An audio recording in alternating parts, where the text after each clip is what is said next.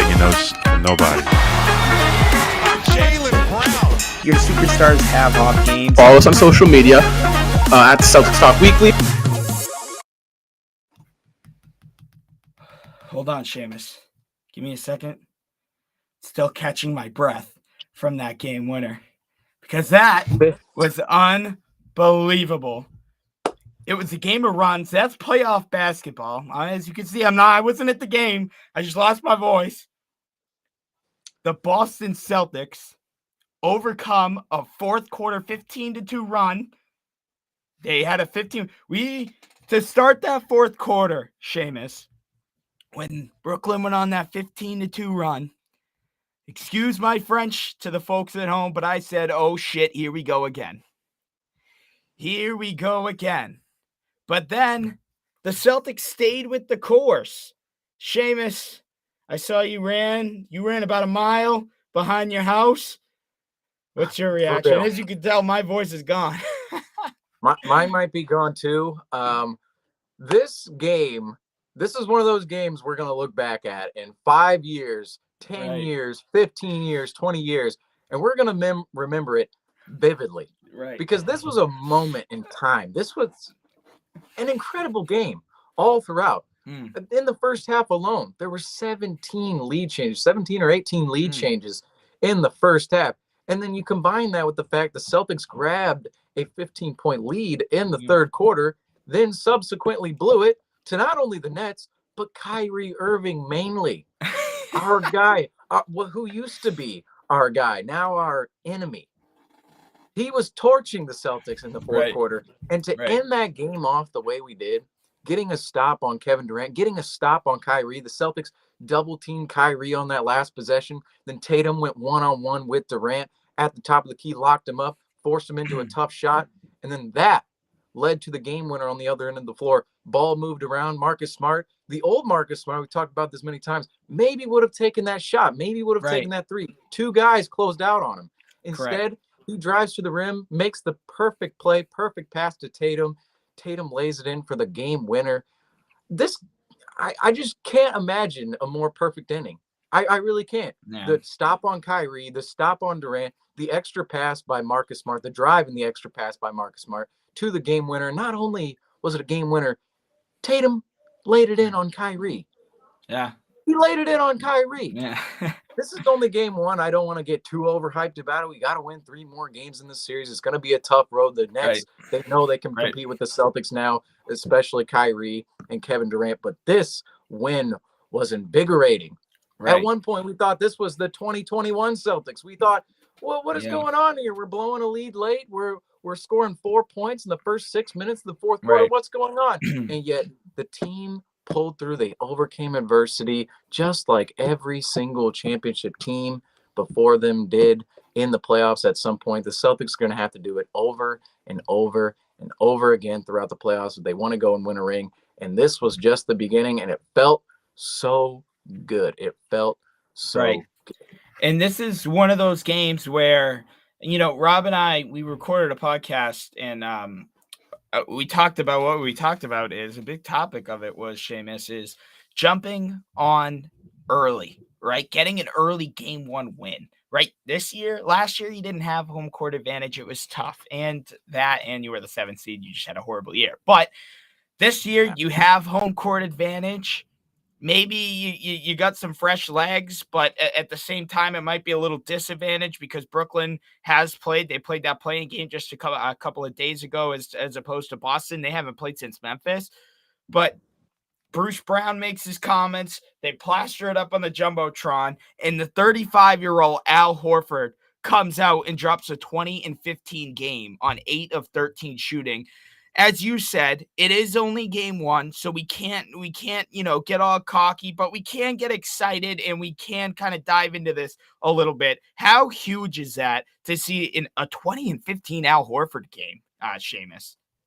Well, I said it at halftime. It's going to be huge for him to step up in the series. And not only him, but Daniel Tice and Grant Williams as well. Late in game, the Nets went smaller, or I guess you could say smaller, but they went a little bit more versatile, I think would be the better word, with Nicholas Claxton out there. But you saw earlier in the game, Andre Drummond was Yeah. absolutely dominating us down low. And without Robert Williams, all of our bigs are going to have to step up.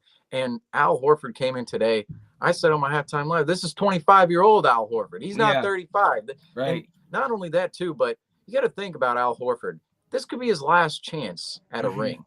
If the Celtics decide to go a different direction this summer, which, of course, it's still up in the air depending on what happens in this year's playoffs, if they decide to go a different route, Al Horford, this could be his last chance at a ring. And the fact he's playing at this level right now, that is exactly what you want to see out of Al at this stage in the playoffs. And you mentioned home court advantage, too, and keeping it.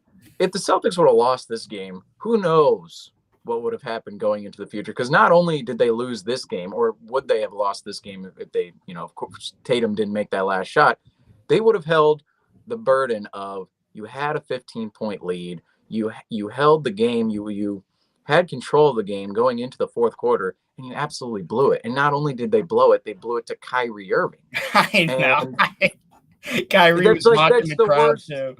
It's the worst possible scenario out there. You blow a game to Kyrie Irving. That would have been lingering over the team for the entire weekend. And for a road team to steal home court advantage, that is so huge, especially in a game one. So the Celtics, their ability to keep home court advantage in this series, they have to do it again in game two. Ideally, you want to win every game, of course, in the series. They're going to try to. But game two, they have to come out and play early like they did today and finish the game out, because Kyrie Irving had an amazing game. Didn't start out too well. Kevin Durant, same thing. Did not start out too well. Did not play well throughout the game, I thought. Well, up to his standards, of course. So the Celtics, they're going to have to be prepared for game two. But winning this game was so huge in the sense, if they fell apart, who knows where the storylines go, and who knows what this team is thinking, and who knows what is on their mind going into game two, a game that they still absolutely need to win. Can I ask you something? And I don't want to complain because we won the game, but isn't it kind of like the officials, Seamus? I don't want to complain too much because we won the game, but it was on both sides tonight. Like there were even some questionable calls that were called against Brooklyn. I thought playoffs are supposed to be physical. Now, some of them were fouls. I 100%, and I'm no referee myself. I'm just a fan at home. But for a playoff game, in a close game, I know Boston had a 15-point lead, Seamus, but this was clearly a game of runs. We knew that the game was far from over. Are you kind of concerned going into game 2 through 7 and potentially all the way to the NBA Finals that this is going to continue? Because it's happening in all these series. Well, it depends on the officials officiating the game and what emphasis they want to put on certain calls. Tonight, the first half, there were just a lot of whistles. A lot of whistles. They shot 31 free throws between the two teams. 31 free throws in the first half. It was hard to watch at times where the whistle is just being blown every other play. However, in the second half, I thought they let them play a little bit more. The whole game was absolutely physical, and that is exactly what you expect out of a playoff game, especially of this magnitude, the superstar power that is going head-to-head here, not only with the Stars, but the team as well. Just two really good teams in the Eastern Conference. But moving forward, I would like to see more consistency within calls overall. They felt lopsided at times, especially in the fourth quarter where, say Jaylen Brown, he got hit in the face trying to steal a ball. That wasn't called. And then all of a sudden on the other end, Nicholas Claxton's going to the hoop, barely gets touched, and he gets the foul call. And that was going both ways, I would say. So I don't want to say that it was a disadvantage for the Celtics entirely, but I will say the consistency in terms of the ticky-tack calls being called and then just the hard, physical plays, those weren't called. There's got to be a little bit more consistency there throughout the series. But if this game or this second half specifically is any indication for what we're going to see the rest of the series, I think they're going to let them play overall, the officials. The first half, no one wants to see that. No one wants to see a million whistles. No one wants to see a ref show. No one wants to see Scott Foster and Tony Brothers refereeing these games. Yet we're probably going to see him. If we get to a game 6, say somebody's 3-2 lead, I guarantee you Scott Foster, Tony Brothers will be on that game, and we'll be going to a game 7. But this is just something that we have to deal with every year, and people are going to complain about it, and people are going to talk about it. But, these guys, I will say at the end of the day, referees, their job pretty hard. They have to pay attention to everything. So you just hope moving forward there's just more consistency out of them overall.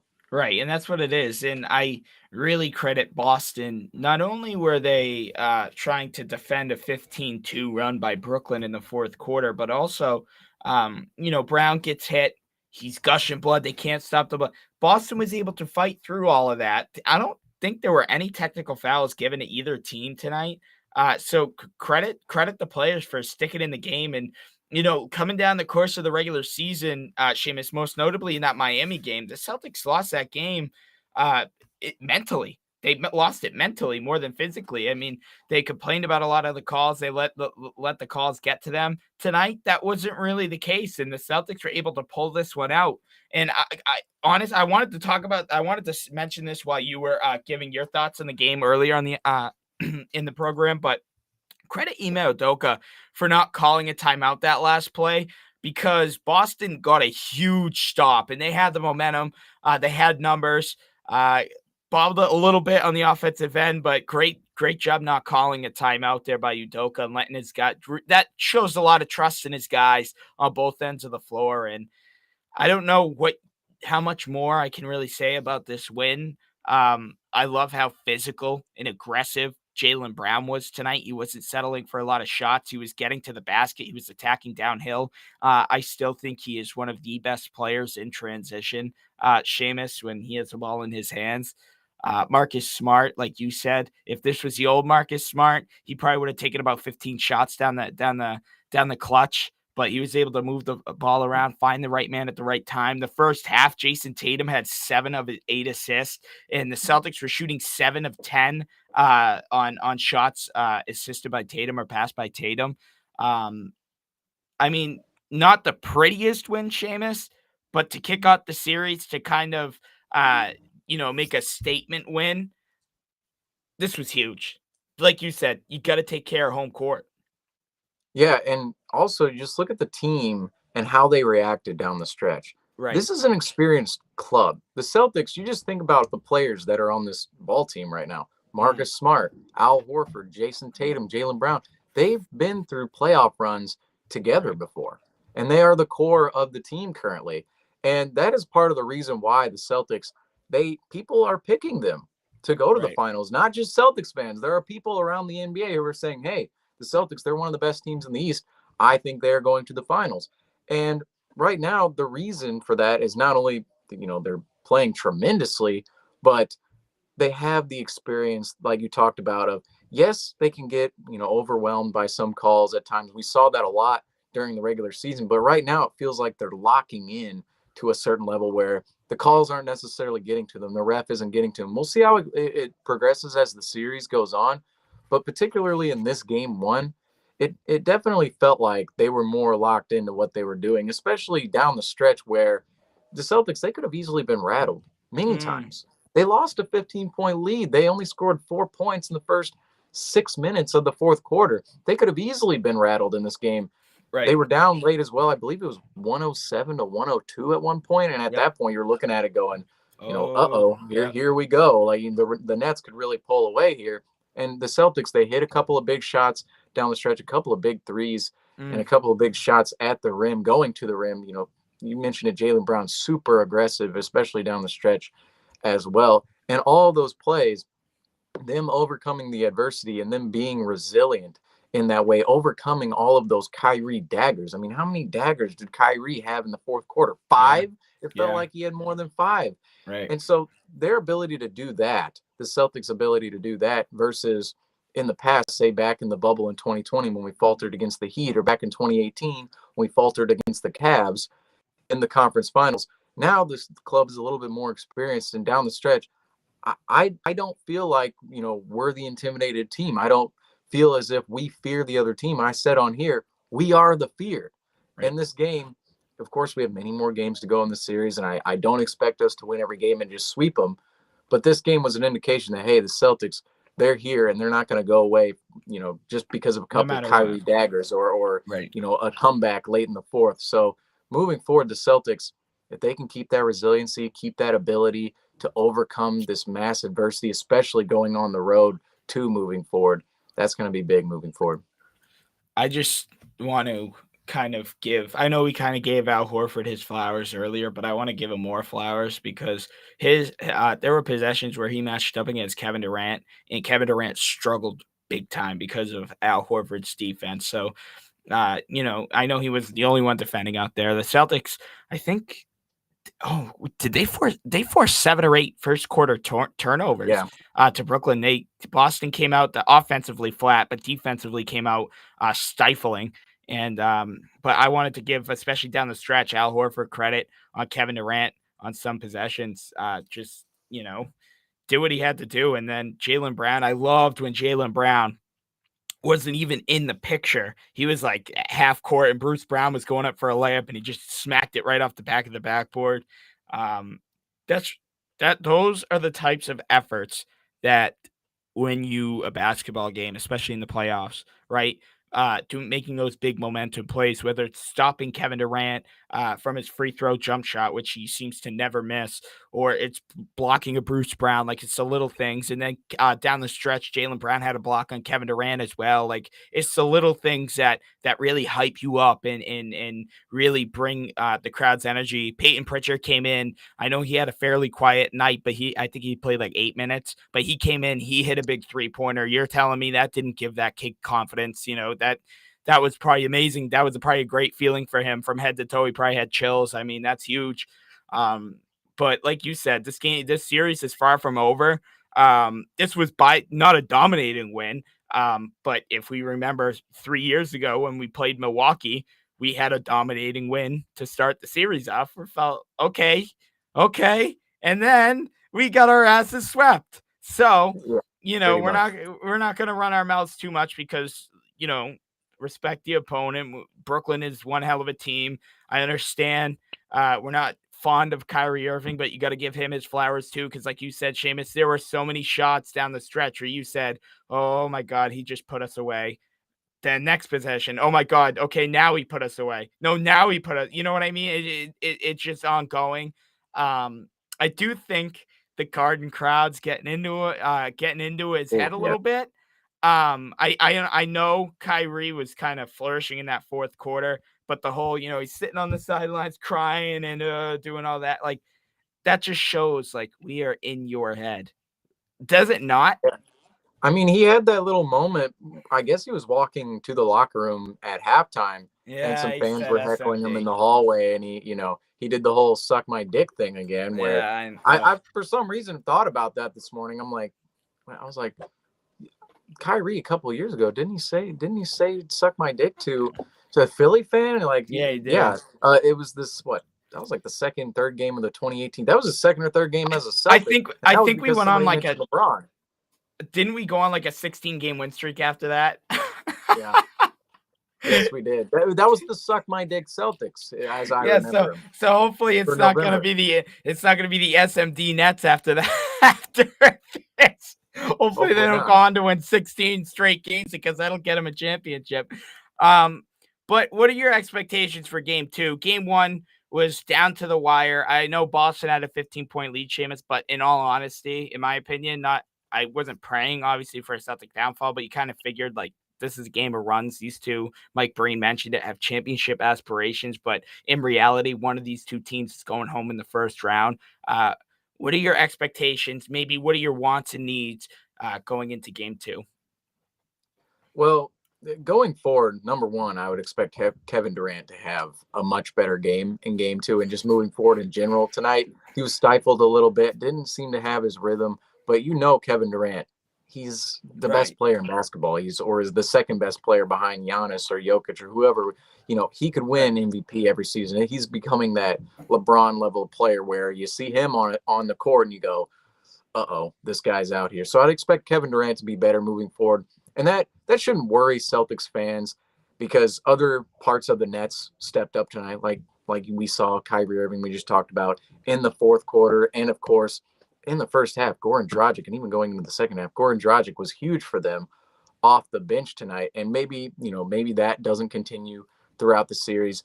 But also, going forward, the Celtics, they have to get to the loose balls. I thought they were giving consistent effort all game, and they were getting after it defensively. But some of the loose balls that they created themselves, or some of the stops they created themselves where a ball bounced off the rim, bounced off of someone's hand, they just weren't getting to those balls as much as the Nets. And the Nets, I felt, especially in the first half, they had a lot of those opportunities where they grabbed the loose ball and they just had a guy wide open down low, whether it was Andre Drummond, Nick Claxton, whomever down there, and they were just creating easy opportunities. Early in the game, it felt like we should have had a 10-plus point lead because of how many turnovers we were creating. Yet the Nets, they continuously saw those easy opportunities at the rim, and that's why they were able to, be in this game early as they were.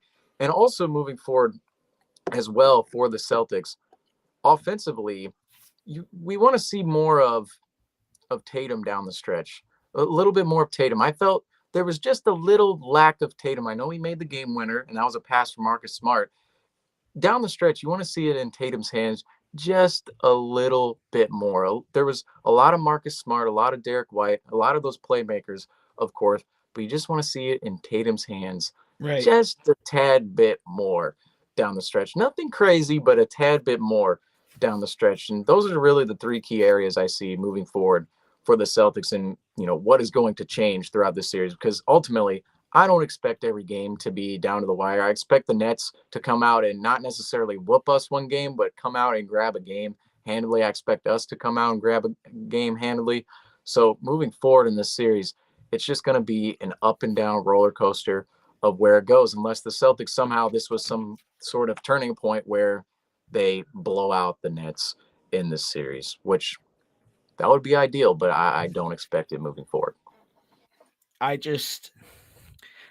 What's your prediction, by the way?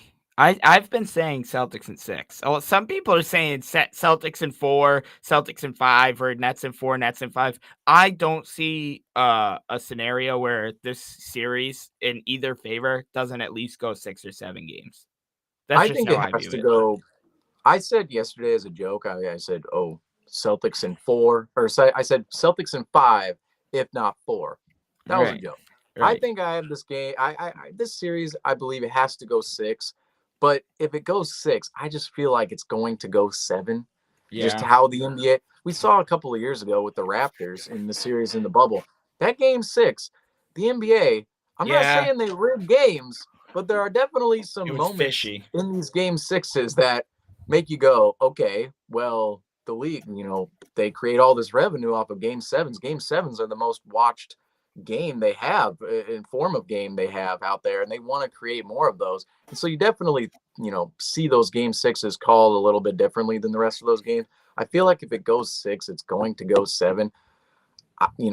It's crazy that you said it earlier with Mike Breen, and he mentioned it. One of these two teams is going home in the first round. It's just going to be a mass disappointment for one of these teams when it comes to a game 6 or a game 7, when that moment comes, because it is coming later on down the line when one of the teams are just bounced in the first round. It's going to be a disappointing exit, and hopefully moving forward, the Celtics, they're farther away from that moment than the Nets right now. The Celtics have home court advantage. They have they have a game lead on the Nets. They only need 3 wins. I always think about it like this. They need 3 wins. The Nets need 4 wins moving forward, and we have more games on our home floor. We have the same amount of games on our home floor. But I have the series going at least 6, and in that regard, I think this will go 7. What about if? See, here's the thing. I don't want to fumble around some scenarios here, but how, obviously I hate when people ask, oh, how important is this? Obviously freaking important. But how important is if the Celtics win game 2 and they go up 2-0 to Brooklyn? I mean, that would be major huge. We're sitting here saying, all right, split the home, whatever. No, what if Boston goes in and they go up 2-0? I mean, that would be, honestly, that'd be huge, absolutely huge, Seamus. If that were to happen, which is completely plausible, of course, Celtics on their home floor, and we're going to see a different game too, in the sense that these last 2 games against the Nets, they're isolated games, right? They're happening, in the midst of teams playing other games. The Nets, they're coming off a game against the Cavs. And the Celtics, they're coming off a game against the Grizzlies. Same thing a month ago. They're in the midst of the regular season. Now, all of a sudden, you saw this team, whether it's the Celtics or the Nets, they saw this team they're facing the game before. And that's what makes the playoffs so interesting, is that you're seeing the same team many times over and over and over again. And it's just, how do you adjust, right? How do you adjust to a team moving forward? And if the Celtics come out and win game 2, they have to win a game in Brooklyn, because all of a sudden, if you win a game in Brooklyn after going up 2-0, you come back home for game 5 with a chance to close out the series. Yeah. And in that scenario, can you imagine the Garden 3-1 Celtics lead coming back to the Garden, a chance to kick Kyrie out of the playoffs, right, to kick the Brooklyn Nets out of the playoffs, who kicked us out of the playoffs in 5 games last year?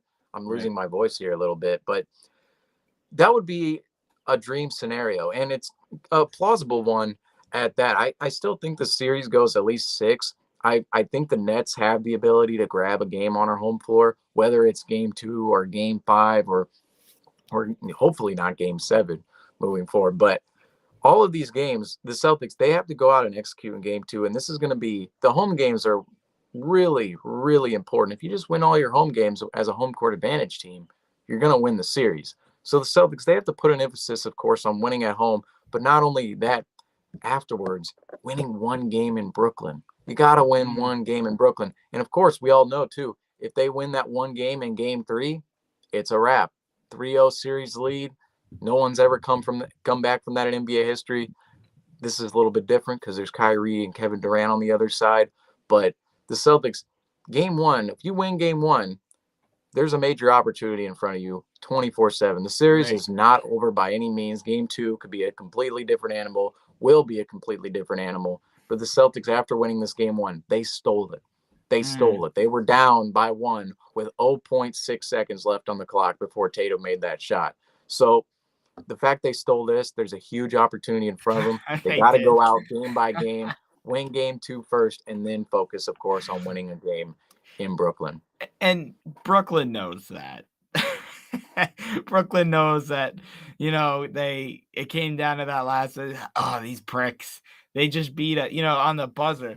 That's funny you said that. That's a good way to put it. These guys stole the game because Tatum misses that shot. Brooklyn's up 1-0, 1-0, whatever you want to call it. But I said this earlier, and I said it in the podcast, this week's podcast, you got to jump on Brooklyn. You have to, you can't play, even if it's a 1-game lead, you can't play from behind. That's the thing, right? Not that the 1-game lead is comfortable, but it's a damn lot more comfortable than being down 1-0, than being down 0-1. So look, there's plenty of series left. This one, like I said, I don't see a way this doesn't go 6 or 7 games. Hey, I'm all for a good old 4 to 5 game series if the Celtics are on the winning end of that. But I don't see it happening. It could happen. Don't get me wrong. But Seamus, this was, like you said, great stolen game from the Boston Celtics. I'd like to see more of Daniel Tice next game, meaning him not in foul trouble, him not getting 3 or 4 personal fouls in the first half, for Christ's sakes. The war on Tice continues. It's an everlasting war. It's gonna happen. It was also good to see Rob at the game. Robert Williams was on the bench. If you didn't see, he's been practicing. I don't know if he's fully contact, whatever. Just seeing him back on the even if it's just a practice floor, that's really relieving to see. And it sounds like that there is potential that he does come back if this series were to go 6 to 7 games. I don't want to talk about Ben Simmons. Why don't we just maybe show us that shirt to the folks at home? I see you got the Ben Simmons, not my rookie of the year shirt. He's still in contention for rookie of the year, even though he's a rookie 5 years ago and he hasn't played a game this season. He's still in the race for rookie of the year. Seamus, what if he does come back? Does that scare you? Does that make you tremble a little bit? Or because we know what Simmons is capable of, but also he hasn't played in nearly a calendar year. And on top of that, he hasn't played with this Brooklyn Nets team, not even once. So what's the level of concern as a Celtics fan, as an NBA fan, with Ben Simmons coming back? Well, there are pros and cons to Ben Simmons coming back for both teams. And ultimately, if I had to make a prediction, I bet he doesn't come back this series, strictly because you already said it. He hasn't played a game for the Nets yet. Right. He'd be making his Brooklyn Nets debut in the playoffs. I mean, just think of how crazy that is. I mean, think back to, 2018. Gordon Hayward plays 6 minutes. Imagine if he would have came back in the playoffs later in the year. That would have been absolutely crazy. It would have thrown a wrench, as it did the next season. Actually, it threw a wrench into the entire thing. So you have that on the table for the Celtics in terms of he doesn't have much experience with that squad. And how much time do you want to spend during a playoff game trying to get him integrated into their system? Because ultimately, you're not experimenting in the playoffs, right? There's no moment of experimenting in the playoffs. You have to win every single minute, or you have to try to win every single minute of every single playoff game, because these are the best teams. This is the highest level of basketball on the planet of the earth. There's no time to experiment. You already had 82 games. So having him come in, that would just be a headache for Steve Nash and the Brooklyn Nets as a whole. And I almost wondered if it would not benefit them at all in terms of having that extra defender out there. But ultimately on offense, having that liability where he can't shoot, can't hit free throws, he's not going to take shots in the fourth quarter. I would say, overall, Ben Simmons, he'd give them an extra body to defend. That would be a positive for them. But just his overall, the fact that he hasn't played for them yet, I think that benefits the Celtics just a little bit more than it would benefit the Nets in terms of him actually coming back. But we'll have to see where it goes. He hasn't played this entire season. It feels like we've said it multiple times where, is he coming back? Where, it was the preseason. Right. He had the phone in the pocket at practice at Philly. We thought he might come back at one point. Then in Brooklyn, we thought he might play right away, might play that second. Remember, we played the Nets right after that trade happened where they just had no one on their roster. We thought maybe that could be his first game. And then all of a sudden, it's April. We're in the midst of the playoffs now. Right. We just started the playoffs, and he's still not back. So I don't really see him coming back just because of all the controversy surrounding him in total. And of course, too, he's playing the Boston Celtics. He's not playing the Toronto Raptors. He's not playing any of these other teams where their fans, no slack to the Toronto fans out there. But no, they got us 2,000. They got us 2,000 views early in the season. We want the smoke for the numbers. We want the smoke. Right. But Boston fans, they're nasty, right? And that's the way Boston fans love to carry themselves. And coming back under that environment, that's tough, especially when he's been touting himself this whole time as, hey, I have mental health issues and XYZ, and who knows if he actually does or not, or if he's just using that as a ploy. But if that really is the case, coming back to a Boston crowd or to a series where you're eventually going to have to face the Boston crowd, that's going to be pretty tough for Ben Simmons. So I really doubt that we do see him in the series. And he'd totally be ruled out by now if they were playing Philly first round. There's no way in hell he would come back and play Philly.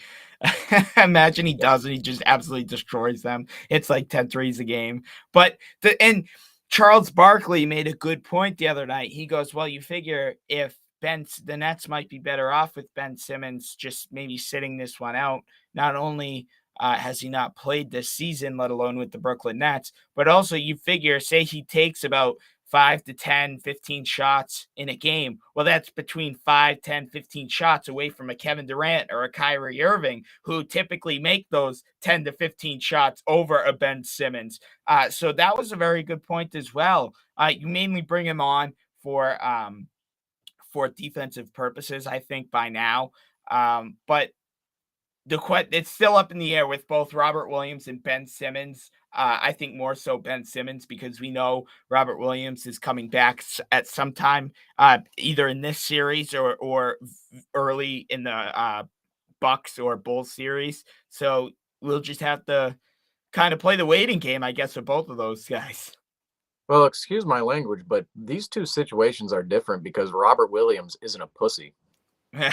Oh, my God. Well, I mean, I'm sorry, okay. Ben Simmons. Strap him up, brother. Strap him up. He's He hasn't been injured all season. He's trying to say he has a back injury right now. So that's my thing. So that's my thing. That's my thing. That kind of like, if it is a back thing, like it must be pretty a pretty freak back injury for him to sit out the whole season. No, I mean, there's from sitting down too much on his couch over the season. I don't know. I just don't understand it. And even if it is a mental health thing, and I only put air quotes because I hope it's not, because I wouldn't wish bad mental health upon anybody, not anybody. But if it is, why can't what's holding him back from ramping up workouts or shooting a basketball? Is it mental health within the organization? Is it a mental health problem with physically playing the game of basketball? Can he not handle the pressure? It's going to be something, because if it's off the court, if it's something with friends or family, if it's something, any financial, like if it's any mental health problems like that, like that's different. But for him not practicing, for him not ramping up workouts, they said that he's just getting over 1-on-0 workouts, 1-on-0, meaning him versus the air. Me, like, it's not 1v1, it's him versus the imaginary player in front of him. Probably like one of those like punching bags that they hold up and hit them while they shoot. So like, as a Celtics fan, would I know more. It doesn't even sound like people who cover the Nets know what the hell's going on with Ben Simmons. No one knows. Because I was gonna say, as a Celtics fan, I don't know, but maybe the Nets fans know. But from what I see, the Nets fans, reporters, not even damn Steve Nash. The poor guy gets asked, "What's up with Ben Simmons?" Look, I don't know where you guys are hearing these reports, but I haven't heard anything on Ben Simmons, and that's coming from the head coach of the Brooklyn Nets. So it sounds like just a messy situation.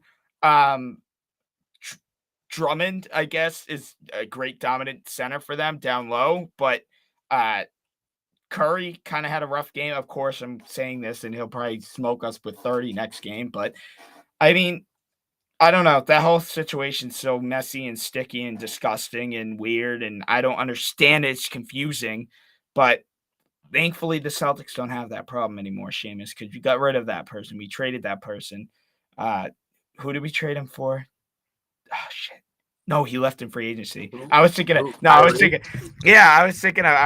Terry. We traded Terry Rozier for Kemba. But I just hope Boston comes out game 2, and I don't think they're gonna stomp them, because if anything, Brooklyn will probably come out and stomp us because they're pissed that we stole that game. But I want to see guys like Daniel Tice. I know hopefully doesn't get in foul trouble again. We know that's going to happen no matter what. But I want to see guys like Daniel Tice kind of see what he can do against this Brooklyn team. He had a few nice wide open shots tonight, just couldn't knock them down. I want Jaylen Brown to continue to be aggressive. Seamus, we were talking about that earlier. Marcus Smart to keep making the right pass. Even Jason Tatum, we'd like to see the ball in his hands a little bit more down the stretch in the clutch situations. But for the most part, he was making the right pass at the right times, and it was resulting in baskets. Celtics shot, if you missed it, Celtics shot 70% in the first half when on assists by Tatum, on passes by Tatum. So that's something you'd like to see carry over in game 2. And I think that the intensity, you'd love to see the intensity come out in game 2.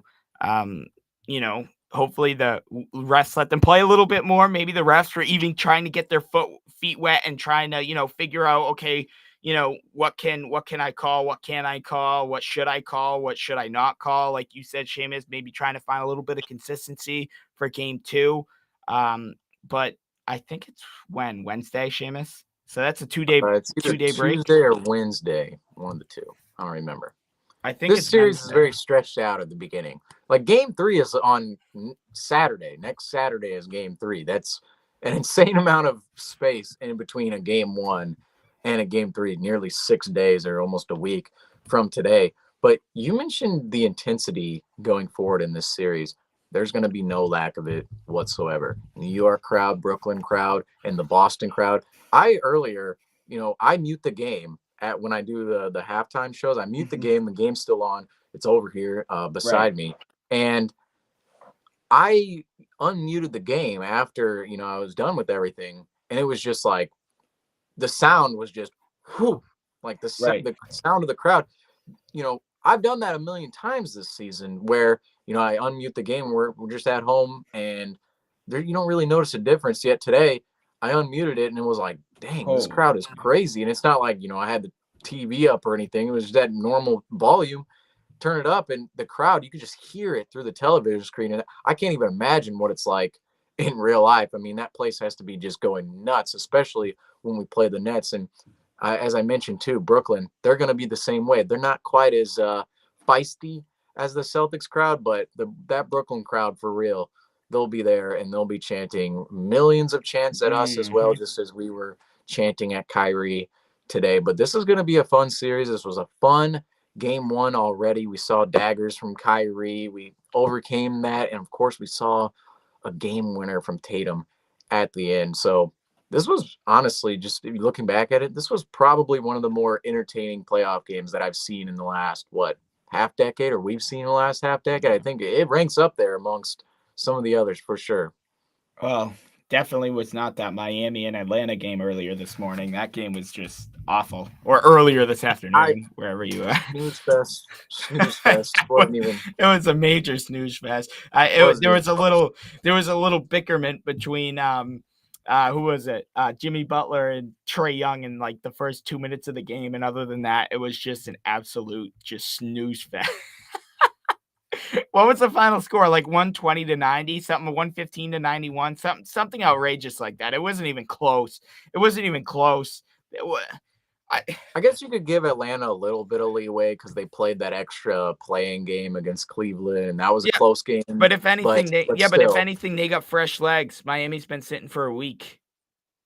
Like, it'll be the other way around because Miami has fresh legs. The only thing you'd be worried about is rhythm, right? Yeah, I guess. Going into the game. They didn't have rhythm at all. The team that played didn't have rhythm at all. Yeah, in terms of your legs being, up to par in that instance, the Hawks definitely had heavier legs in terms of, hey, they had to play Charlotte in that blowout, which that was horrid as well. That was a snooze fest. That was a snooze fest, but I'm not gonna lie. I had the under 235.5. Or sorry, it was 234.5. That's right. You texted me. They had 235. Like, what's going on here? The Hawks played down the stretch, so they played 2 games in a row like that were I had somewhat high intensity, especially that second game in Cleveland. So that's awesome. Atlanta, there's a little bit of leeway there, but it's embarrassing from them today. You did I can't believe Atlanta. Get swept, Atlanta. Get out of here for ruining that over under.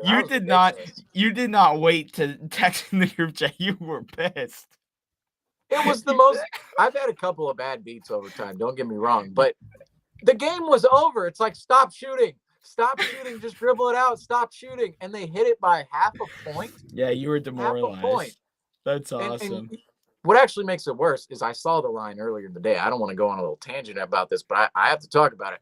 I saw the line earlier in the day. It was 235.5, and I was like, all right, that's pretty high right there. And then it dropped down. I still later on was going, I'm still feeling the under for this game, even though it dropped a point. I know it's not in my favor now.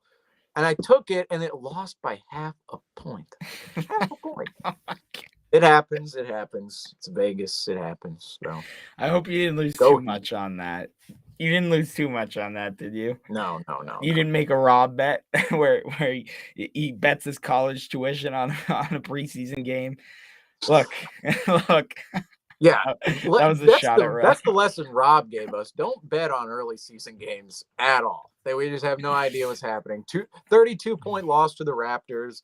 Loss in double overtime at MSG. Loss in overtime at Washington. None of these games even matter anymore, but that's the lesson. He admitted that. Him and I, we were on a call the other night, and he told me, I'll never bet for the Celtics. Like the second half of the season or the first half of the season, he kept betting the Celtics, and he was like, you know what, I'm not wrong half. He had to go home quite a lot of college. He couldn't stay in his dorm a lot. He had to he couldn't pay the dorm tuition for that. But no, all ramen noodles. Yeah, all ramen noodles. He couldn't get water to put in the ramen noodles either. It was just stale ramen noodles. All right, these are all High jokes. ramen noodles. All jokes. We love Rob. Rob actually was at the game today. He hopped on my He live. experienced that. That was crazy. Yeah, so that was Ian's going to game 2. Rob was at tonight's game. So yeah. Shout Rob, out Ian too. He's out here working for the Woo Sox right now, and yeah. he's got other stuff going on. But shout out to him because this was a pretty big game. Yeah, this was a pretty big game. I would have cried if I had to work. I would have threw a tangent if I had to, if I had to work. What time's Wednesday's game? Because I get out of work at 6. Is it 6? I believe it's 7:00 on Wednesday Eastern time. I don't know if it's Wednesday or Tuesday, but I know it's at 7:00. That's perfect. No, I think it's Wednesday because it's like 2-day break. Like you said, some outrageous stretch schedule that you rarely see, if not ever see. But look, we'll be back here Wednesday night, regardless. At least Seamus and I will. For Celtics Postgame Live, the Celtics steal one from the Brooklyn Nets, 115-114, and open up this series on the right note. Al Horford was tonight's player spotlight, 20 and 15 from the 35-year-old center, 8 of 13 shooting. Seamus, thank you so much for coming on here once again for another episode of Celtics Postgame Live. Hey, they have a serious opportunity to gain a little bit of momentum before going on the road here, Seamus. So why don't you give your final thoughts and we'll get out of here. Well, something underlying I always feel when we watch sports in general is sports is for entertainment, right? It's not, we're not making money off it unless, of course, we're betting money on it. But fans are ultimately not making money. The whole point is to entertain the fans, right? Right. And we could have played a first-round series against the Bulls, swept them out of the building, 5 games, goodbye, or against the Raptors. Maybe that would have been a little bit tougher, but we still expect to win that series. The Celtics, yes, they have a harder path in front of them right now.